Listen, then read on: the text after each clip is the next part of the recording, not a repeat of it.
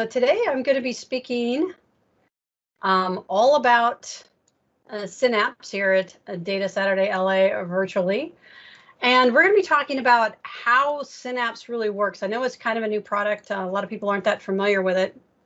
So I'm going to be talking about the architecture of it, how it works, and show you the different components within it.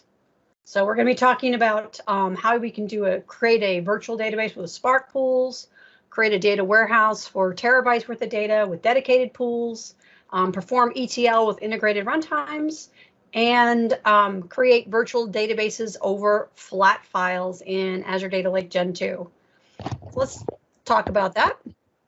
And a little bit about me. My name is Ginger Grant, and I am from Arizona. I am a Microsoft Data Platform MVP and a Microsoft Certified Trainer. And I speak quite a bit virtually, but I'm really happy to be speaking at the North American Collaboration Summit in Branson, Missouri in August. So I will be getting out eventually. So also you can, if you want to ask me questions and you don't remember them until later, please hit me up on Twitter. It's at Data.SQL. And my contact information, blog information is up there as well. All right, so let's talk a little bit about Azure Data Lake and the Azure Synapse architecture. So I know when I started trying to learn about Synapse, I saw a lot of the same presentation a lot, and they tend to show a lot of the same slides. So I'm going to kind of try to make this different by calling out things that you may not understand of it. So when you create an Azure Synapse workspace, you are going to be creating it on top of an Azure Data Lake Gen 2 environment. And the reason for that is what Microsoft is anticipating is that for Synapse, that's going to be the one place where your company might aggregate all of its data. And as a lot of people are using Data Lake and that kind of technology, it's integrated by requiring you to have an Azure Data Lake as part of your instance. Now, you can either use an existing data lake or create one for Synapse, but you have to have one to make Synapse work. So one of the major components about Synapse is that the compute and storage are separate. This isn't anything particularly new. This is kind of the way that Microsoft is structuring all of their applications so that you can make it go faster by picking another computer that's actually going to be running underneath it and having your data be separate so that you can scale up and scale down when you need it. It also includes Azure Data Factory. The Azure Data Factory code is almost completely inside of Azure Synapse. As a matter of fact, if you go looking at the documentation for ADF, what you'll notice is that at the top, it also says Azure Synapse Analytics as well, because it is the same code base. And I know whenever you're talking about cloud, people want to know about pricing. So I'll tell you that it varies. And when we go further into it, I'll let you know how it varies and what cost what. So let's take a look at that. All right. So regarding the pools that comprise the underlying compute within Azure Synapse Analytics, there are 4. So the first pool is the dedicated pool. If you ever were wondering why Microsoft doesn't have an Azure Data Warehouse anymore, that's because the Azure Data Warehouse has been renamed. It is now the Synapse Dedicated Pool. As a matter of fact, this was the first part of Synapse that was actually created. This went GA before the rest of it. So for a while, a lot of people thought that the only thing with Synapse was the data warehousing component, which is now called the dedicated pool. It used to be called the SQL pool, but they call it dedicated now. The next pool is the serverless pool. Now, the serverless pool is not a pool that you create. It is created as part of the workspace. Unlike dedicated pools, you're not charged for it just being up. You're charged when you are actually using it. And it's $5 per terabyte. So it can just sit there and cost you nothing unless you start using it. But $5 a terabyte is pretty reasonable when it comes to compute. There is no way to scale right now this pool up or down. It is just one size fits all. The next pool that comprises part of Azure Synapse is the Spark pool. And Spark is You may be familiar with it as it is a compute engine that is used in Azure Databricks, and it's part of the Hadoop collective, and it's used as a way to use in-memory and a node scaling to allow you to spread your data among a number of different nodes and compute your code very quickly. And it uses a number of different languages. And the next Spark Pool, believe it or not, a lot of people don't know this, but Integration Runtime, which is the same core component that is used in ADF, as well as the integration portion of Azure Synapse, the Integration Runtime is also a Spark Pool. And yes, you can create different integration runtime engines or pools to make your ADF components, your integration components, run faster. So let's kind of do a deeper dive into these different pools. The dedicated pool, like I said earlier, that's a new version of Azure SQL Data Warehousing. As far as how big this pool is, well, it's whatever you say. You create this pool, you stop this pool, you start this pool. And as you are charged for every minute that it's running, you're going to want to start the pool. I was listening to a talk earlier, and the person doing the presentation said that there was that time that he forgot to shut off his dedicated pool and ran out of Azure money. And the moderator said, yeah, that happens to everybody. And I'm like, yeah, I'm everybody, because that's happened to me too. But you want to make sure that you turn it off. And there are a number of ways you can get notified to remind you to turn it off. But the reason that this pool is kind of neat and how it differs from Azure Data Warehousing is that it is very scalable. So if you need it to go faster because you're doing processing a huge load, you can make that happen. It's very easy to change the configuration. You also have a number of different methods for controlling different segments of compute. For example, if you want your boss to never complain about how slow any queries that they might be doing against the data warehouse portion and dedicated pools are, you can create a separate workspace with of memory so that your boss always has the highest level of compute and he's given the highest priority. Just some of the things that you can do with dedicated pools. Now, I'm actually talking to a client right now, and they've got a number of warehouses, actual physical warehouses, and they want to consolidate the databases in those warehouses into one area. And the question was, do we need to create a dedicated SQL pool at Azure Synapse to be able to house our data? And actually, we're looking at probably not, because they don't have a whole lot of data, believe it or not. And they only care about very recent data, so they don't really need to query data that's 5 years old. Because of the cost associated with dedicated pools, unless you have at least 1 terabyte and you're planning on growing probably a half a terabyte a month, you probably are going to want to select perhaps an Azure SQL DB instance instead. It's really for very large databases and allows you to perform queries against those databases really, really well. So if that is not the environment in which you find yourself, maybe you want to pick a different kind of architecture. So keep that in mind. So the serverless pool, again, this is created with the workspace. You're charged when you use this, so no charges when it's just sitting there.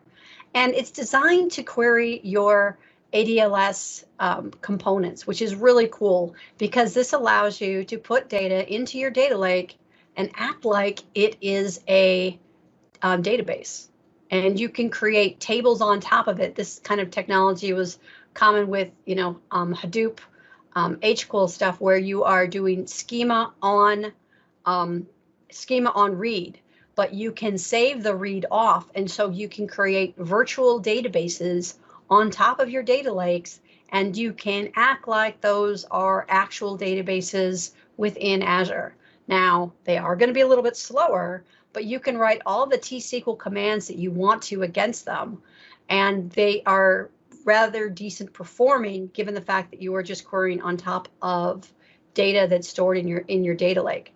As of build, the functionality has also been added to use Delta Lake, and Delta Lake is a technology that was created by Databricks, which what it allows you to do is treat ADLS as if it's a quasi database.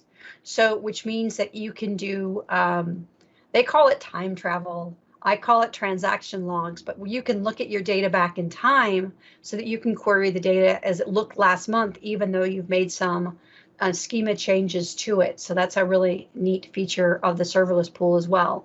Now, Delta Lake works with a data format called Parquet, and Parquet actually works best when you are querying on top of it as well. The Parquet format is a form of JSON. It's not particularly human readable, but it's not very difficult to convert your data to that format. You can create a simple integration job. I'll show you one to create CSV to Parquet, and that also will save you some money in your Azure Data Lake, because it works very similar to the way that a Vertipack engine does, in that it uses columnar storage and compression so that your storage space required is smaller for a file in Parquet format versus the same file as a CSV. And that's kind of a neat feature as well. So the Spark Pool is used to write code for ETL or machine learning. I know that I've talked to a number of different clients recently, and given their options, whether or not they're going to use ADF or the integration components, a lot of companies are deciding that they are going to want to write their ETL within Spark, and they just find it easier to manage cost controls a little bit better. And they do it all with code, so it allows for a lot of modular reusability. So I'm seeing more and more ETL processes being written in Spark. With the Spark pools within Azure Synapse, you can write Python, .NET, or Scala. Note, I didn't say R here. This is one of the major differences between Databricks and Synapse. Synapse has .NET, Databricks has R. So with Sparks, it's based on using notebooks. So it uses a notebook format called Interact, which was originally created to allow you to write notebooks on your computer. So it's got an application component to it. It's kind of nice in that it's got a WYSIWYG element to it. So it'll write the markdown for you. So you don't necessarily have to remember how to do all that. And I get a lot of questions from people wondering what the difference is between Spark in Synapse and Spark in Databricks. And I will say that it's not the same thing because the code is a little bit different. Believe it or not, Microsoft is the open source leader in this particular environment, and Databricks uses a more proprietary version of Spark, so there's not a one-to-one copy the code format that you can use. The version that Spark is using within Azure Synapse is version 3.0, and that was added May 25th as part of build. It's in preview right now. It's not exactly GA, but I'm using it. And with that version of Spark, if you are writing Spark SQL, which is a major component of Spark, the SQL that you are writing is straight up ANSI SQL. So anything you can do in ANSI SQL, you can do in Spark SQL. So you might want to pull out your Joe Selko books on ANSI SQL, but it does mean you can do things like CTE and windowing and things like that. All right, so the integration runtime, again, that's another Spark pool. It is also created for you, and it doesn't do any charges similar to the serverless pool. So basically, you could say that the pools that Azure creates for you are pools that you don't get charged for until you use them. There is a default integration runtime which is created, which is called Auto-Resolve Integration Runtime. But should you desire your integration components to run faster, you can certainly create an additional integration runtime pool, and then with as much compute as you wish to use, and you can change your pipelines to make it use that. Now, one thing that's different between the integration runtime and the integration components within Synapse versus ADF is there's one thing that it doesn't have. It doesn't have the lift and shift SSIS. That is not included within Azure Synapse, but on the flip side, you can easily include notebooks, which you have created as part of Synapse inside of your pipelines that you create. So let's actually stop and take a look at Azure Synapse. So I am running a very long machine learning component here. So that's what this is doing here. So let's take a view of the entire workspace. Now, I'm not going to go through how to create this, primarily because it's so easy that I'm sure you'll figure out how to do it on your own. It's very simple. Again, same Azure rules apply in that you want to make sure that you have all of your components that you're using. Your data lake needs to be in the same data center as Synapse. So one thing I did want to call out here is there's some really great places to learn Azure Synapse from within the environment. So this is the home page, and I highly recommend taking a look at this Learn section. There are samples that you can use immediately. So if you want to have working code and you want it right now, there's a whole bunch of samples in here that's going to show you how to do that. There's a bunch of galleries of sample codes as well, different and data. So this is different data that you can use for testing. All of this is available to you, as well as just basically a tour if you want to do that. So check that out. So for data, what the data is showing you is where I have data that is linked to my workspace, as well as the different databases that I have created. So I've got 2 data warehouses created. I have a small one and one I call warehouse. They have different data elements within them. I have 2 Synapse SQL virtual databases that are created on top of my Synapse workspace. And I've got a default Spark data warehouse that I've created. So this is our tables that I've created within Spark that I can query with when Spark is running to take a look at my data within data frames that I've created. And I can also access data from within Cosmos DB. So I can sync that up with data within Synapse, and I can query this just as if it was a SQL database. Now I've got a number of, and to do that, my Cosmos DB, what I did is I created a linked service to my Cosmos DB database, and that's why I've got the Cosmos DB connected.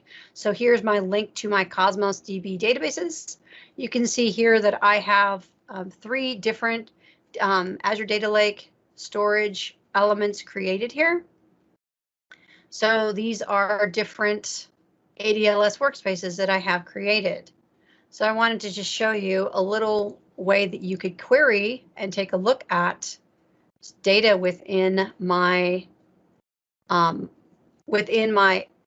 Data Lake database, or excuse me, my Azure Data Lake file. And here you can see that I have a file called Sales Order Parquet. Yeah, it's AdventureWorks data because I know it, so I like it. So what I can do with this data, though, is I can just right-click on it and say SQL script and take a look at the top 100 rows. And it shows me the properties here. I'm going to shut this just so it doesn't get in my way. And I'm going to go ahead and run this. So what this did is it is getting data from my data lake, and it shows me the path of the data, where it came from, and the name of the file. And I'm executing a query off of that, just doing the top 100. Now with Parquet, what this will do is automatically, as you see here, show me the names of all of my columns. And I can look at this data as if it was just data in a database. So kind of a neat way to browse and make yourself familiar with the data that you've got within your data lake. So kind of a neat thing here. Within Synapse, we have a number of notebooks, which I can see from this icon here. And the notebooks allow me to create different queries upon different data elements. I could also create a data warehouse within here as well. But one of the things I wanted to show you is showing how I could make sure that I had header data on top of my CSV files that I have stored within my data lake. Here, I'm just added the command header row equals true. And this allows me to query my CSV files and take a look at them as well, the same way I did with Parquet, but I have to add this header row equals true element in here in CSV files to get the names up here so you can see that data. So I also have the ability to chart it. Again, this is just like you might see in Azure Data Studio. Similar charts, if you're familiar with those, you're familiar with these. Now you'll notice here that I'm connected to my built-in pool. So let's take a look at my different pools that I have created here, and I'll show that here within Monitor.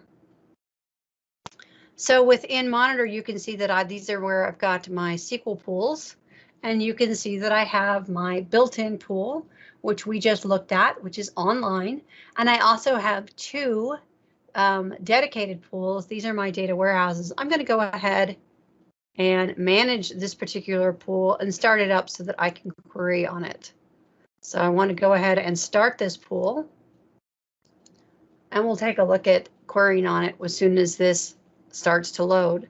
So within my Monitor section, you can see here my different pools. I now have the ability to start this one up, which I am doing.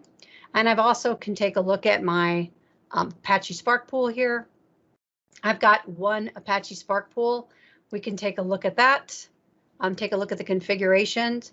How I have this configured now is using between 3 and 10 nodes. It has automatic pausing set up. This is by default within Synapse, and once it is idle for 15 minutes, it is going to go ahead and stop on me. And we'll notice here that this is not the GA. This is the GA version. I do not have a new version, so that's why it says 2.4. I actually should go off and create one of those because I definitely want the new stuff. Within linked services, this is any linked service that I might create to allow me to do a connection to a different data source within Synapse.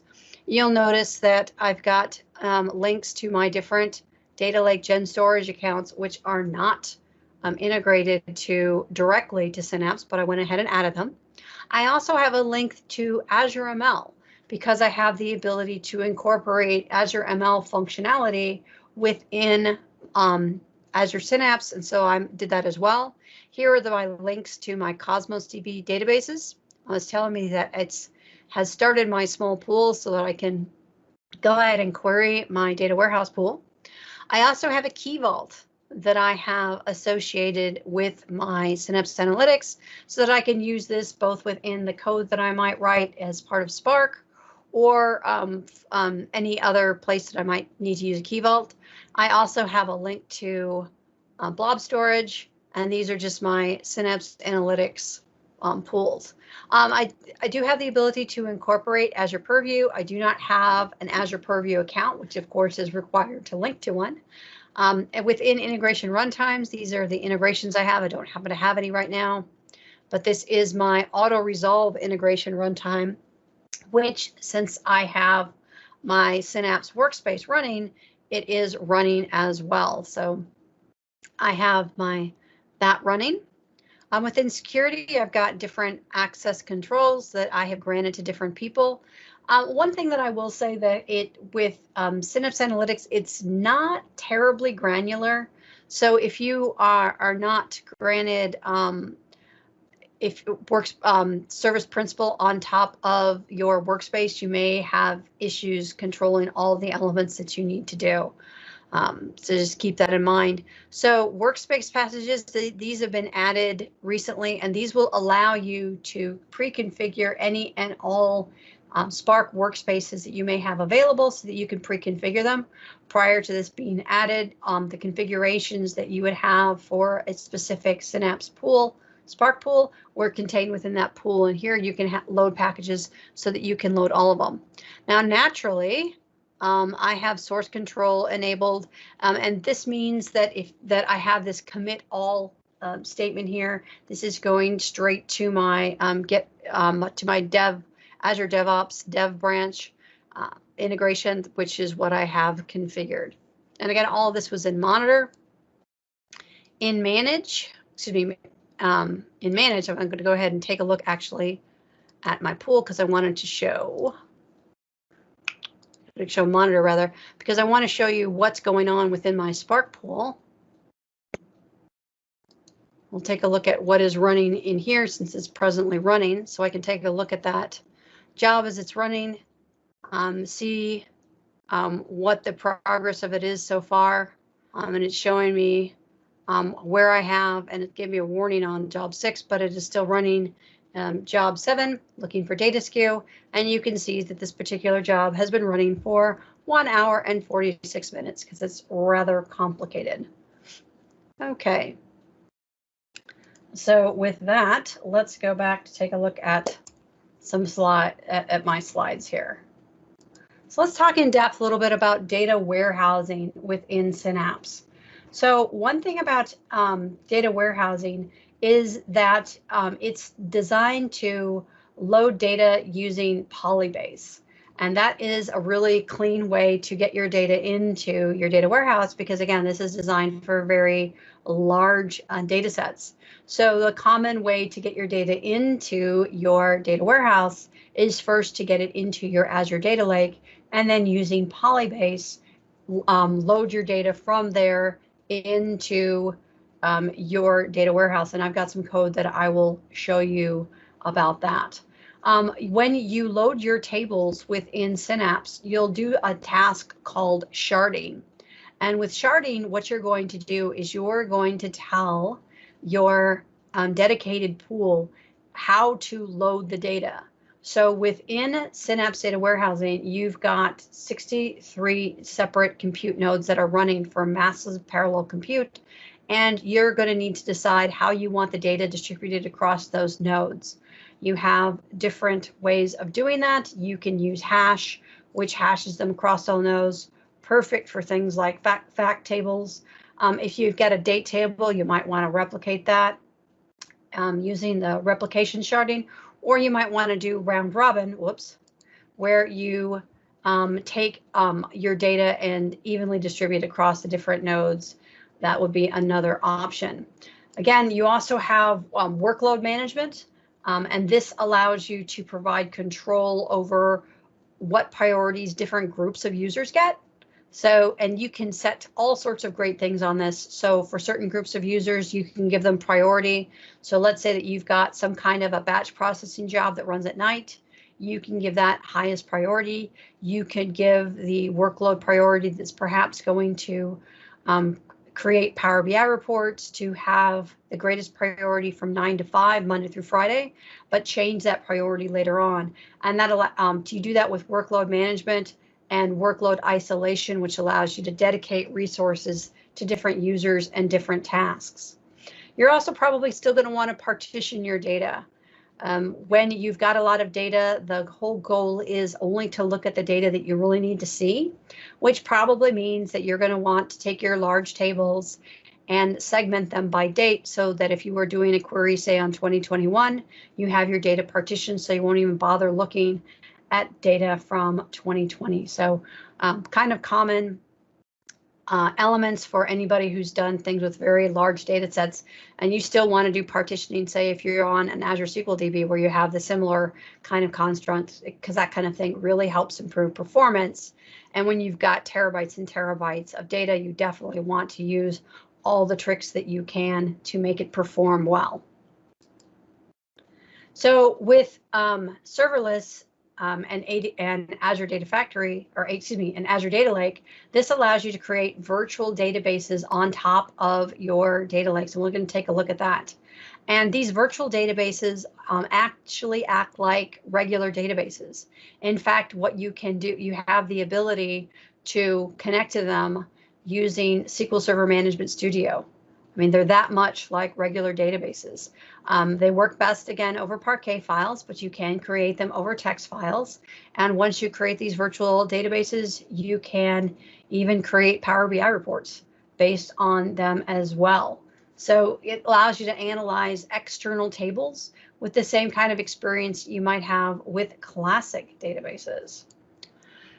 So here's how you do that. I wanted to just give you an example of the code that would take to make a table out of your data lake.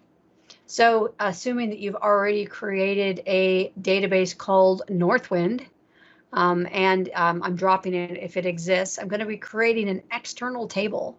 And that external table is going to go across all of my data within my data lake. And here, just for example, I'm doing that for all CSV files.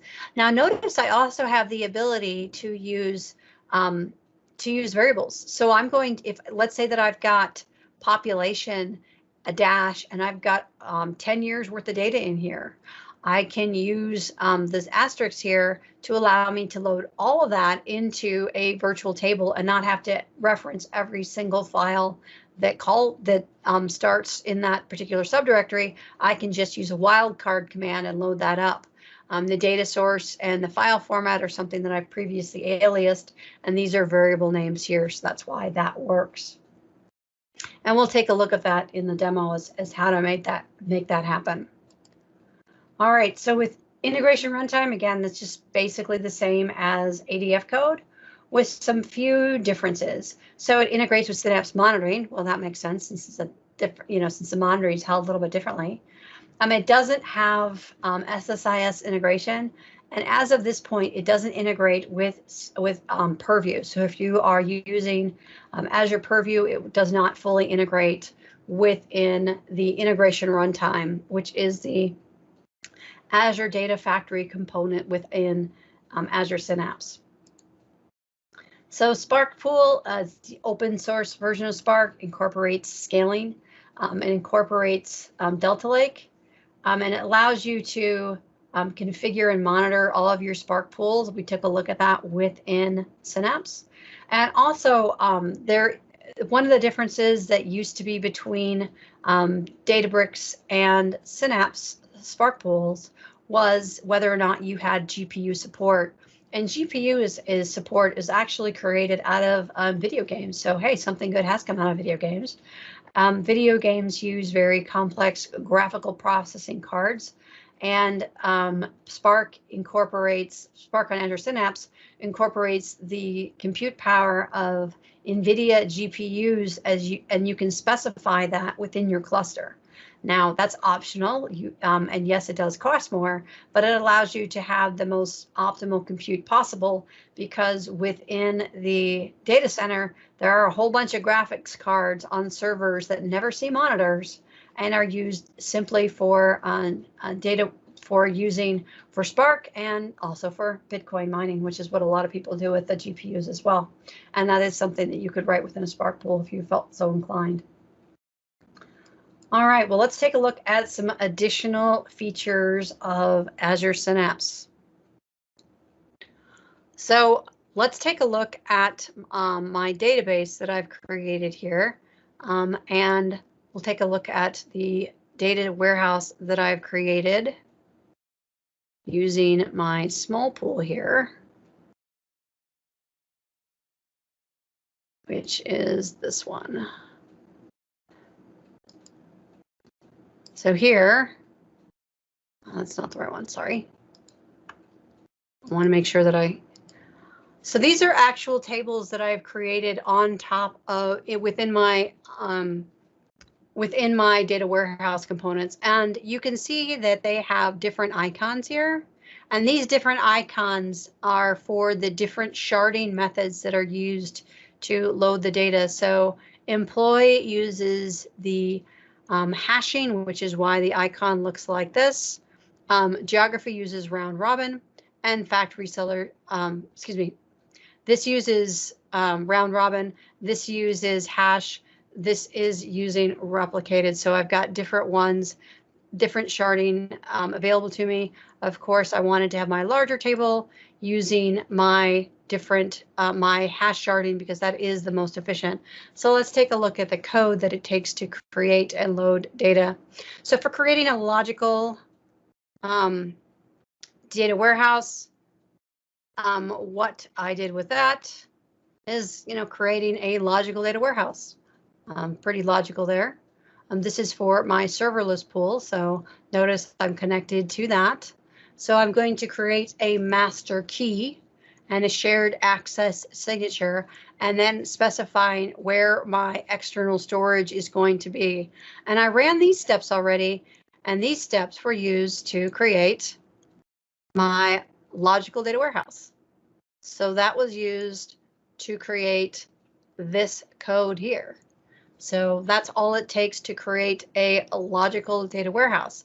Now to create the tables, this is the code that I used to create my bank data table. So what I'm doing here is I'm specifying the format. I'm telling it this is going to be my external file format. It's quoted CSVs with headers. I'm saying that it's delimited text. My field terminator is a comma. My string terminator is a double quote, and my first data row is in row 2 because the first row of data is my header. Now I'm specifying my different elements here because I want to make sure that I have defined the different data types, because it's not going to necessarily know what the data types are. I've got to specify that. I'm telling it the location, and here is where I'm using my data source. I called it raw area, which is this location here. So this is my variable that I've created there. And I'm using my quoted CSV with header format, and that is right here. So that's my file format. And when I ran this, that's how I created my table here in bank data. And now this is a table that is available to me, not only from here within my environment, but I could also connect to Management Studio, access this database, and see my table. So it is a table, and it's relatively fast considering that it's on top of just CSV data. So that would be how I have created my external database on top of my flat file data. Kind of a neat way of doing that. So let's take a look at the integration components. And I told you that I have the ability to create components. This is what I wanted, just like I would within ADF. And so for those of you who are familiar with ADF, you'll notice this looks very familiar. All I need to do is close this resource pane here, and you almost wouldn't know that I'm not within Azure Data Factory. I've got this kind of blown up pretty big here, but I'm going to make it so that you can actually see the contents. So here I've got a timeout set for 7 hours. I was just realizing that I should probably, just for best practice reasons, make sure that I set this to a timeout of 5 minutes, because that's just kind of dopey. Why on earth would I want something to time out after 7 hours? And retry 0, retry interval 30 seconds. So my source for this is going to be my employee path. So let's take a look at where that is. And that is a delimited text CSV file called employee. So what I want to do is I want to change the format of this to Parquet. So this is my file path is in my data set, and we can preview the data here, taking a look at the data for my employees. So what I'm going to want to do with this particular pipeline is I'm going to want to put it to a Parquet format. So I've created a Parquet format. That's what this icon is. It's Parquet with spelled P-R-Q-U-E-T, not Parquet, P-A-R-K-E-T. That's butter. This is a floor, which is what the logo looks like. So if I go ahead and open this, we can see that I have created a Parquet format, and that is what my pipeline here is going to create. Simple, straight up mapping, nothing fancy about this. It took me about as long as it is for me to talk, for me to write it. And this is how I create Parquet files, just because it's a quick and dirty way of doing it and allows me all the different functionality that I want. All right, let's take a look at we took a look at the SQL scripts. Let's take a look at some of my machine learning notebooks. And right now, what I am running is I am running a very large machine learning component. And what this is doing is this is incorporating my Synapse workspace with my Azure ML workspace. So this is my Azure ML workspace that already exists. And the reason that I'm showing you this is because I'm making a reference to it here in my code. And I want to go ahead and show you that. So what this is doing is this is allowing Spark to grab some data. And I am grabbing 1 day's worth of data from a open source format where I'm getting taxi data. So here I'm getting that 1 day's worth of data. I really should pick 2020 because then I have more data there. And here is a sample data set of my that I'm receiving here. I'm selecting the vendor ID, passenger count, trip distance, and I'm doing some filtering. And I only want the data where the fare amount is greater than $1, because if it's a free ride, that's not going to help me any, because what I'm looking for in this particular experiment is I'm looking to determine who is going to tip or not. And to do that, it does require that I have somebody who actually has a taxi ride that they're being charged money for. So here's what my data looks like after I've filtered it. Notice everyone's got a fair amount that's available here. And I'm only showing the top 10 rows there.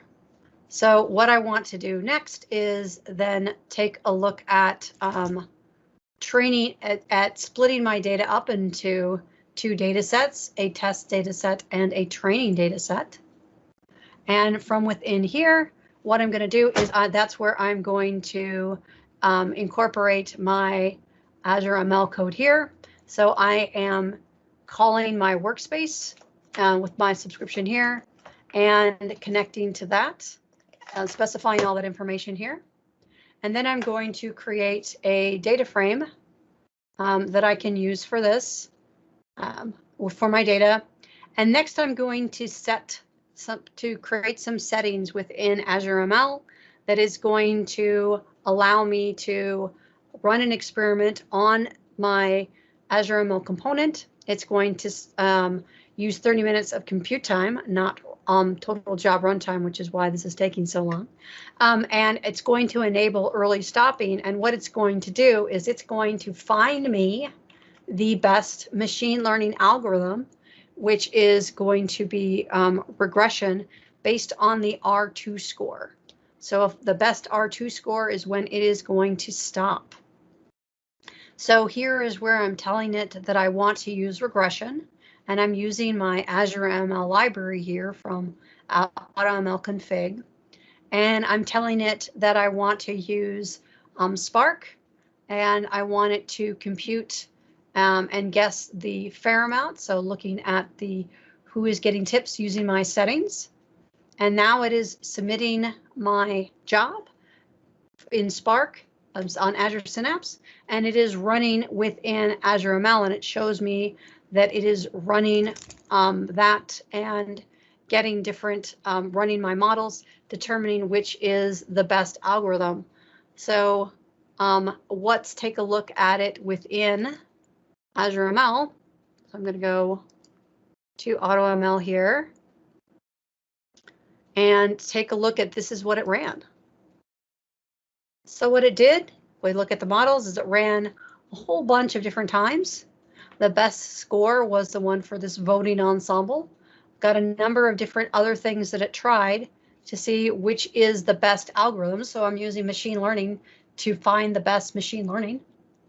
And when it was done, it said this is the best one based on 35 models that it tried.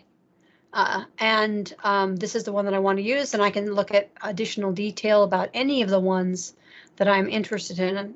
This will give me more information about this particular iteration. And then it shows them as well within Azure Synapse. So the same, and it shows me how long it took, the different ones that it tried, etc. So it showed me all the different elements that it tried here. And now what it's doing is testing to find the best accuracy, and it'll print out the results here when it is complete. So I got a question. Got some questions here that thought that now would probably be a good time to ask. For Synapse Spark, do you know if there's any best practice documentation? So Synapse is using open source Spark. So if you're looking at any kind of open source documentation on Spark, it's going to be the same. So I would recommend doing that.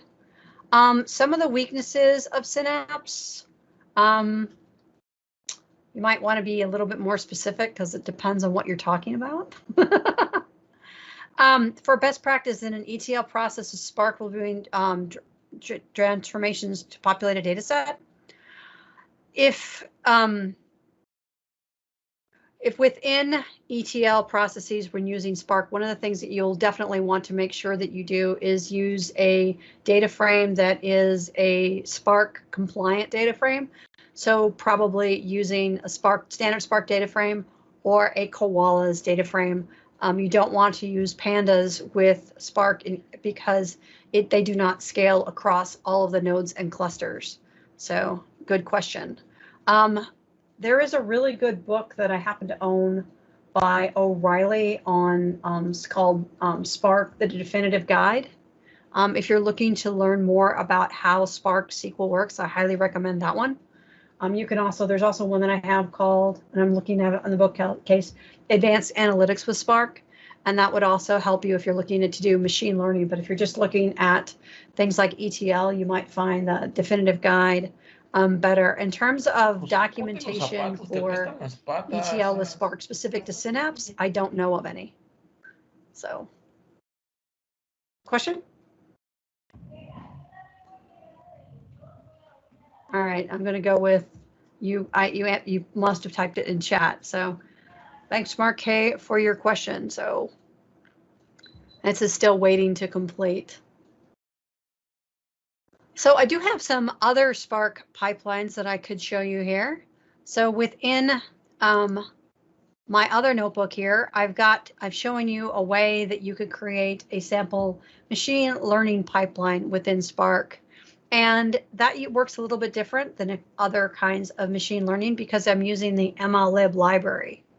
And within the MLlib library, I'm going to make sure that I create a pipeline, and I'm going to tell it the kind of algorithm I want to use here. Here I'm using classification with logistic regression, and I'm going to use a hashing and tokenizer libraries as well. So what I'm looking for within my tokenizer, my goal of my little experiment here is to determine which strings contain the word Spark. A pretty simple test for me to do and see how good I am at predicting that.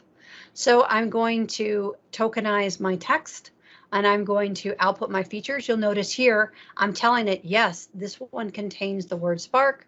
This one does not. This is why this is a 1 and a 0, and this is why this one is 0. This has a 1 in it, obviously it contains Spark. This does not. So this is my text, and these are my labels. So I'm also going to create another test set of data that doesn't show the answers to my data here.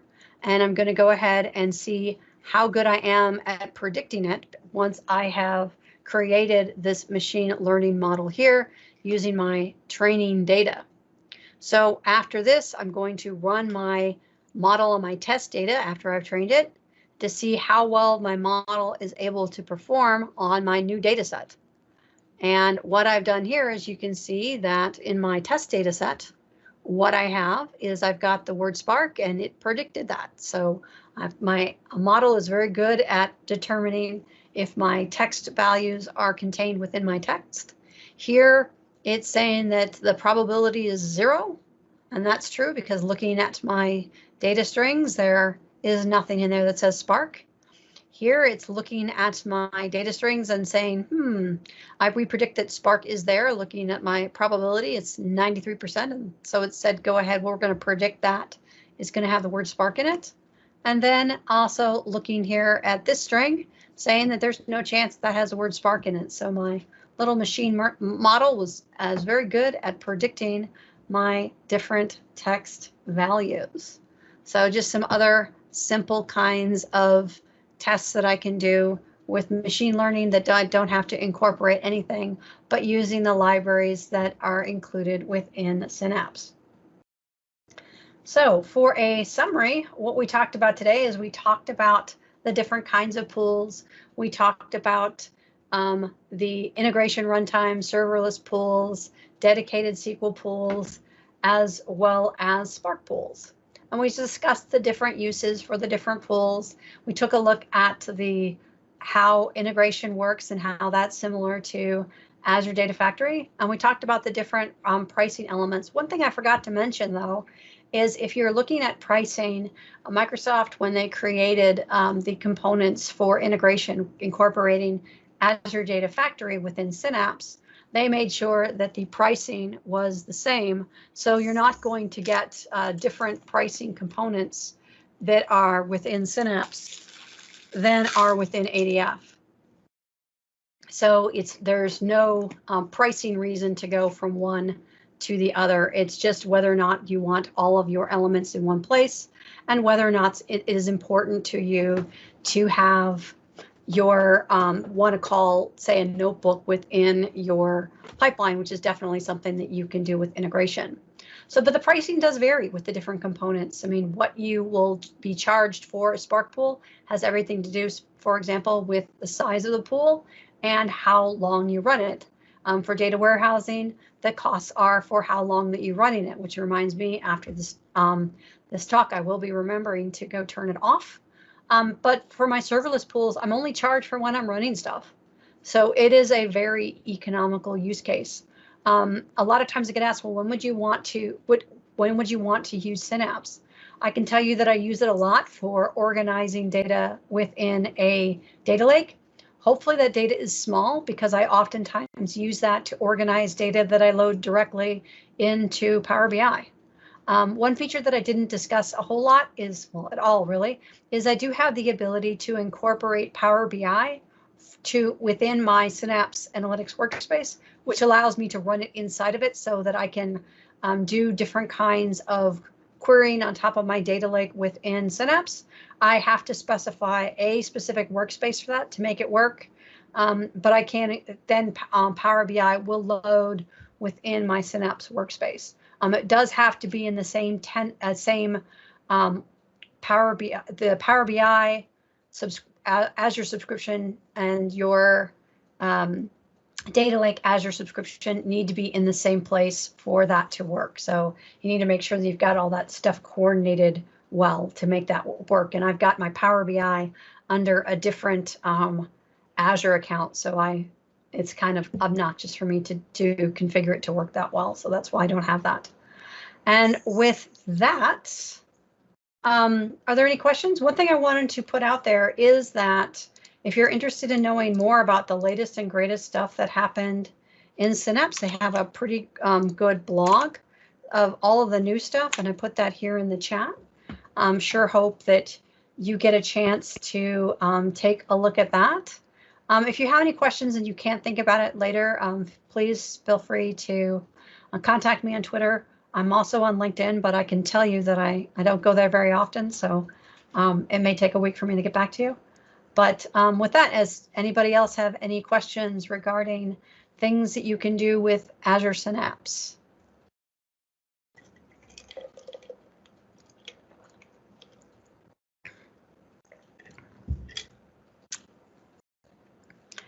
Well, I am not seeing anything. So what I also wanted to do is take this time to thank the organizers of Data.SQL.Saturday.LA. I know that Steve has put a whole lot of blood, sweat, and tears in this, and I don't know who else was on his organizing team, but kudos to them for organizing such a great event. So I can thinking about some of the weaknesses of Synapse. If you are doing serverless pools, it does perform well, best if you've got Parquet. And for data warehousing, you really need to watch when it is running. Probably might want to look at use cases for how long you want it to run and seeing if that meets your needs. So. Well, thanks for the emoji and the comments, Ray. Great presentation. I'm glad you liked it. Have you had a chance to mess around with Synapse yet? No, I don't. That sounds really fun. Yeah, well now, I mean, people are really intimidated because they think data warehousing and it's going to cost them a ton of money, but not so much if you are doing serverless pools. It will not eat you out of house in Azure Home.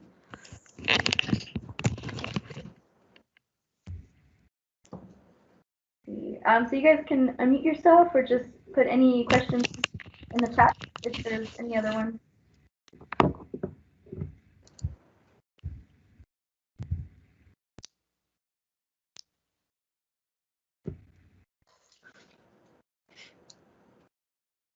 So you either explained it really well or you just confused everybody. Yeah, one of the two. We'll go with explained well. Or everyone is so tired they can't think of anything to ask. I get that. The cat's name was Rover. She decided to show up and see what I was talking about, but I guess I was boring, so she left.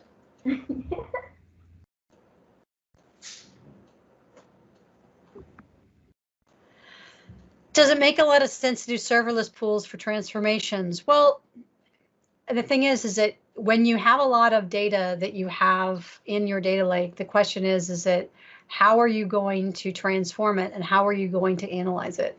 So you've got, how are you going to take a look at it even? So it's really good for doing exploratory stuff. It can be really easy to write transformations as well. And as companies are, and you don't have to use serverless pools. If you want, you can use data factory components as well. It just depends on the tool that you feel more comfortable using. To be honest, then you could write it all in SQL, and that might be a really good reason to use serverless pools for that. So it can be a great way of creating a data marts for smaller use cases as well. I definitely see a need for that because think about it, you can create a functional SQL data warehouse, excuse me, Azure SQL database.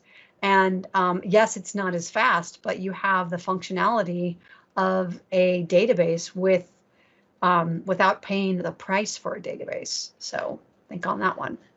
Might be a great reason to use it.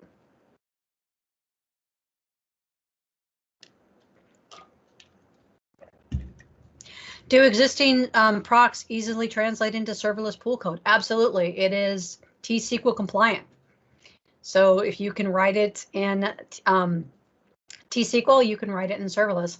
The only code that you have to put in there is the code to load it up from the data lake, and it'll write that code for you. So not a problem. Very easy to do.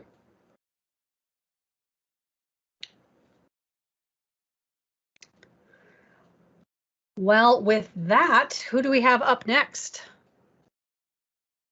Let's look at my schedule.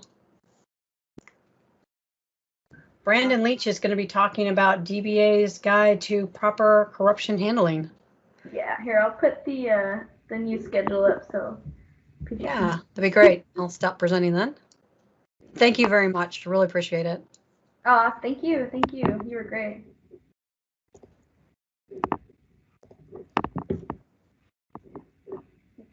Where's my slide?